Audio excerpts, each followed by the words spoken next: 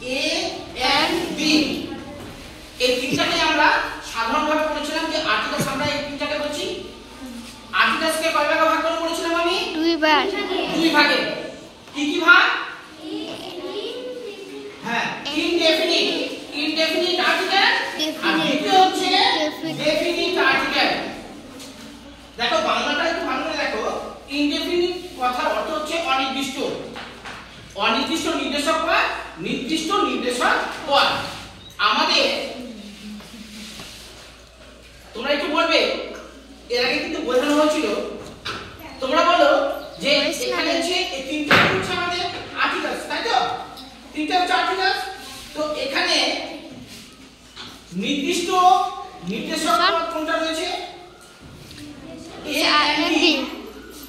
তিনটের মধ্যে কোনটা হচ্ছে নির্দিষ্ট নির্দেশক পদ? কে বলতে পারবে?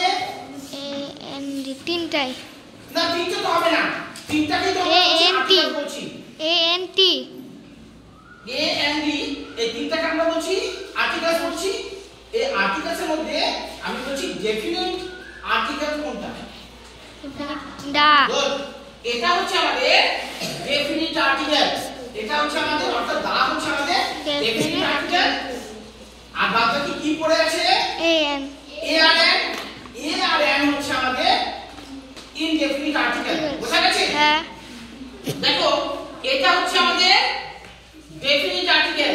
D E F I N I T E. হাতে লেখা বুঝতে অসুবিধা হচ্ছে? না।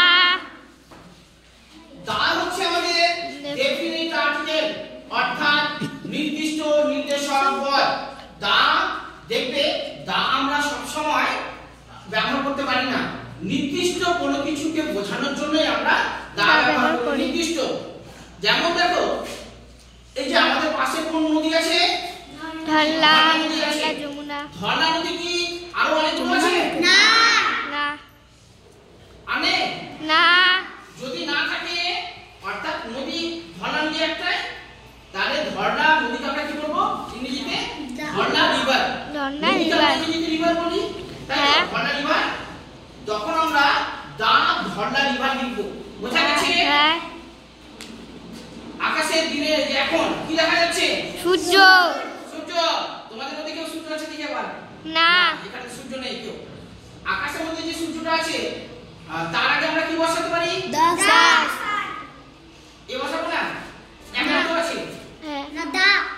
দা খালি। দা হবে যখন আমরা নির্দিষ্ট কোনো কিছুকে বোঝাবো, তখন তার আগে আমরা কি ব্যবহার করব? দা বসাবো। বোঝা গেছে? এই কারণে আমরা এই যে দা রয়েছে, দাটাকে আমরা বলছি ডেফিনিট আর্টিকেল। বোঝা গেছে? আর এই যে ইনডেফিনিট আছে, এই ইনডেফিনিট আর্টিকেল হচ্ছে আমাদের এ আর এন। এ আর এন হচ্ছে আমাদের ইনডেফিনিট। Indefinite article. বোঝা গেছে? অর্থাৎ অনির্দিষ্ট নির্দেশক পদকে বোঝানোর জন্য আমরা ইনডেফিনিট আর্টিকেলস, অর্থাৎ এ আর এন আমরা ব্যবহার করব। বোঝা গেছে? হ্যাঁ। তাহলে দাটাকে আমরা কি বলবো? ডেফিনিট আর্টিকেল না ইনডেফিনিট আর্টিকেল? Definite article. আর এটাকে আমরা কি বলবো? Indefinite article. আর এনটাকে ইনডেফিনিট আর্টিকেল আমরা বলবো। আর্টিকেলসকে আমরা দুই ভাগে ভাগ করছি। একটা হচ্ছে ইনডেফিনিট আর্টিকেলস, আরেকটা হচ্ছে আমাদের ডেফিনিট আর্টিকেলস।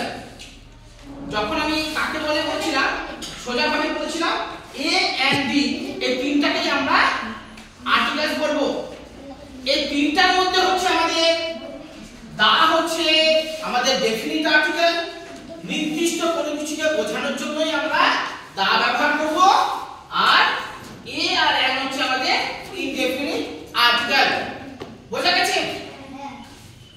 অনির্দিষ্ট, নির্দিষ্ট কোনো কিছুকে বোঝানোর জন্য বাবা আমরা কি ব্যবহার করব? দা। আর অনির্দিষ্ট কোনো কিছুকে বোঝানোর জন্য এ এন ডি। নির্দিষ্ট কোনো কিছুকে বোঝানোর জন্য আমরা দা ব্যবহার করি। আর অনির্দিষ্ট কোনো কিছুকে বোঝানোর জন্য আমরা ইনডেফিনিট অর্থাৎ এ আর এন ব্যবহার করি। তো এই পর্যন্ত কারো কি বুঝতে অসুবিধা আছে? না।